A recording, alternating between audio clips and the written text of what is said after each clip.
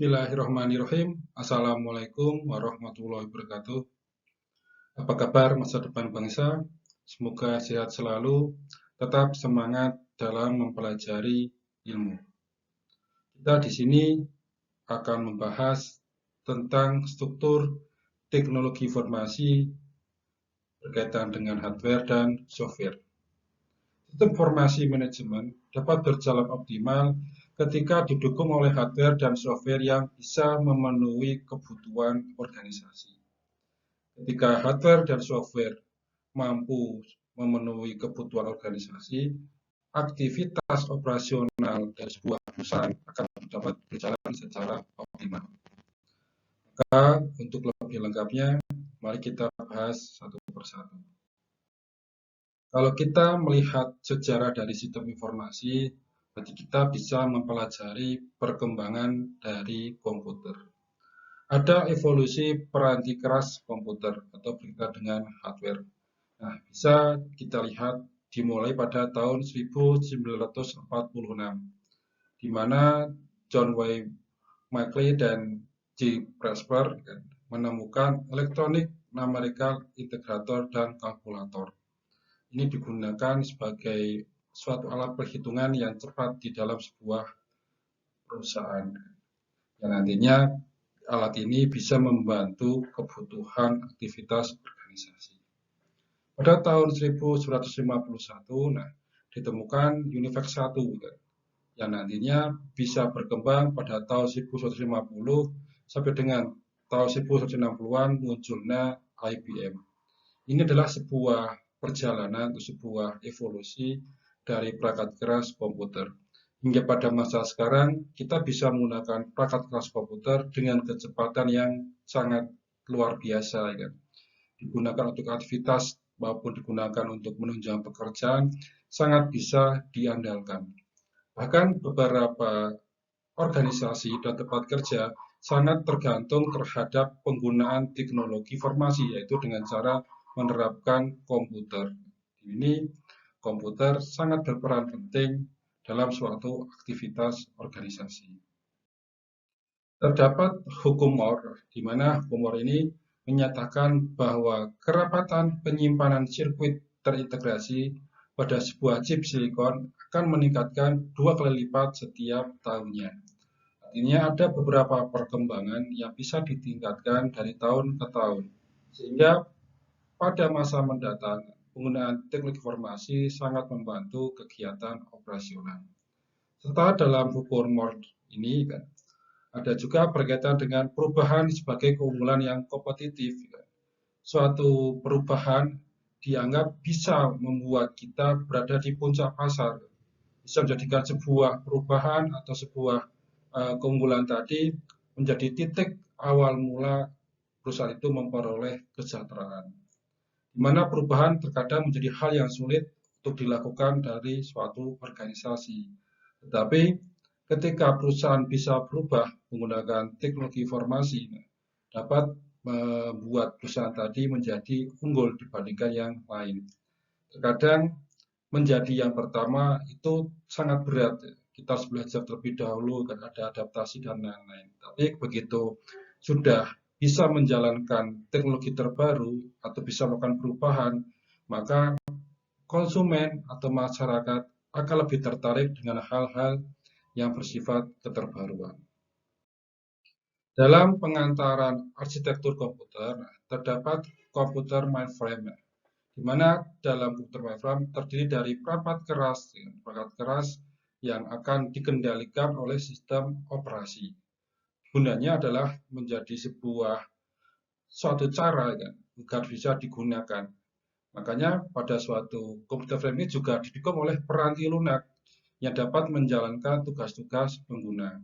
Antara perangkat keras dengan peranti lunak bisa menjadi sebuah kesatuan agar komputer dapat dijalankan. Adanya perangkat keras tanpa ada perangkat lunak, maka komputer tadi tidak bisa dijalankan sebagaimana mestinya. Dalam sebuah arsitektur komunikasi, kita bisa melihat adanya sebuah serangkaian yang bisa menghubungkan antara satu kantor dengan kantor yang lainnya. di mana dalam suatu kantor akan menggunakan modem sebagai suatu cara mengirimkan pesan, mengirimkan sinyal kepada pihak lain yang nantinya pesan tadi atau gelombang tadi atau sinyal tadi bisa dikirim melalui menara yang bisa terkoneksi. Juga ada satelit yang mendukung jalannya proses pengiriman pesan atau pengiriman data. Sehingga jaringan ini akan memudahkan komunikasi yang dilakukan antar perusahaan atau mungkin bisa dilakukan antar negara. Kalau di zaman dahulu ketika kita masih menggunakan surat, pesan yang dikirim akan diterima dalam waktu yang lama. Tapi dengan arsitektur komunikasi penggunaan teknologi informasi, pesan yang dikirim bisa diterima dalam hitungan detik.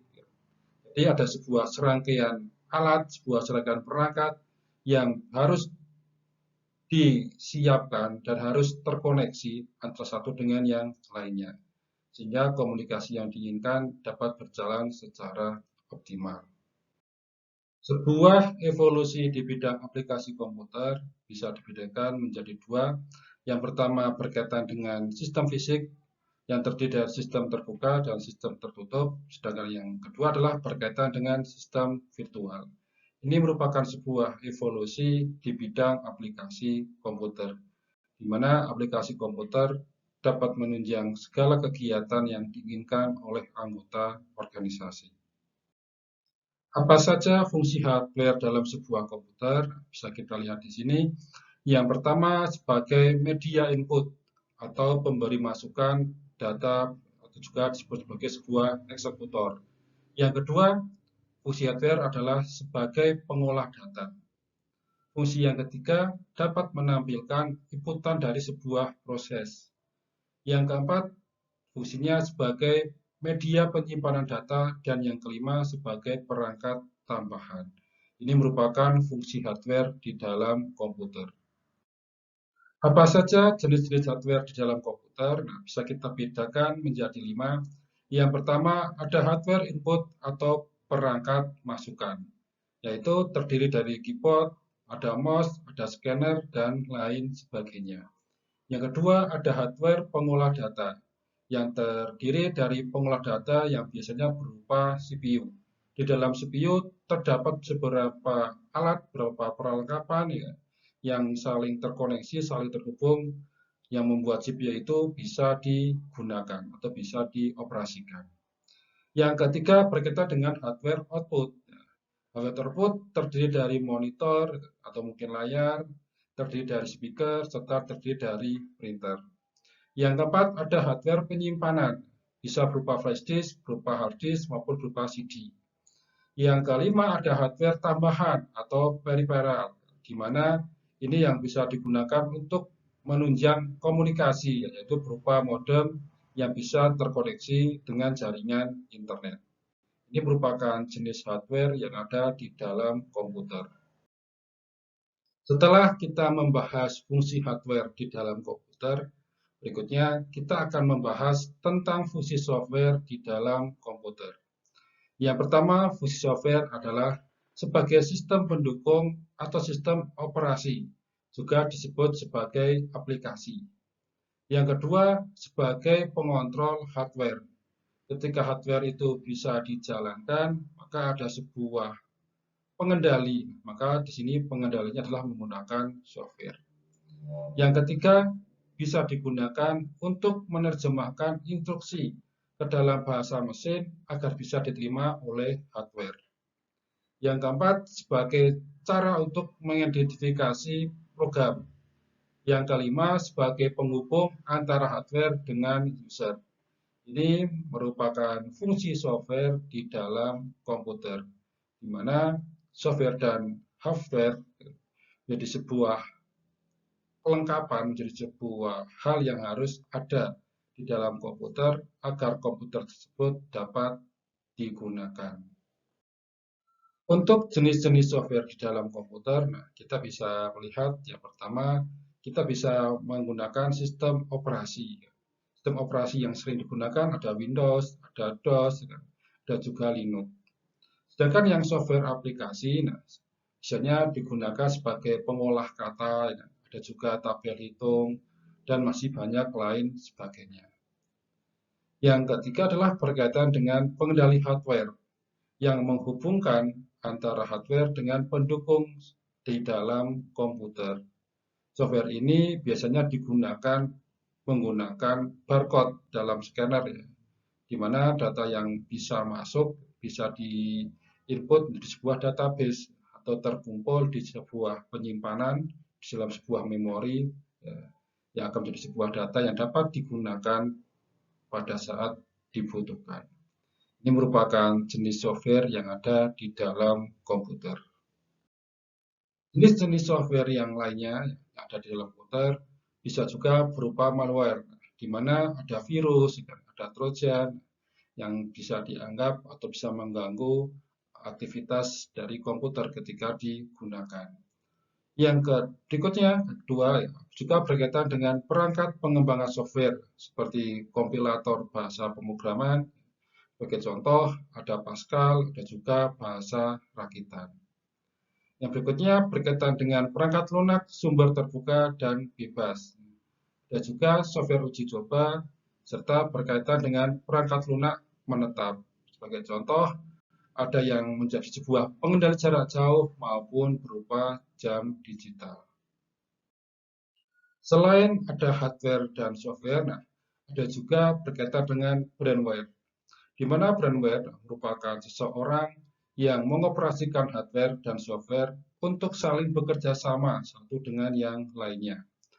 Brandware ini juga dapat diartikan sebagai perangkat intelektual di mana mampu mengeksploitasi kinerja dari hardware maupun software.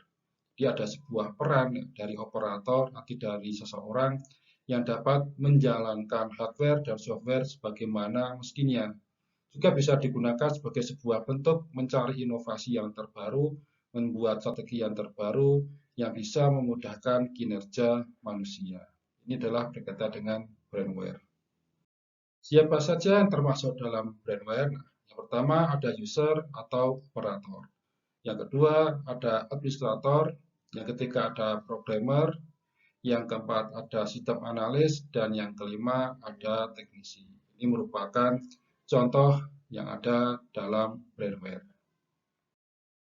Alhamdulillah kita telah mempelajari terkait dengan struktur teknologi informasi, di mana dalam struktur teknologi informasi terdiri dari hardware dan software. Juga ada berkaitan dengan brandware. Mudah-mudahan apa yang kita pelajari pada sesi kali ini bisa bermanfaat untuk masa depan serta dicatat sebagai amal kebaikan bagi kita semua. Terima kasih. Alhamdulillah. Assalamualaikum warahmatullahi wabarakatuh.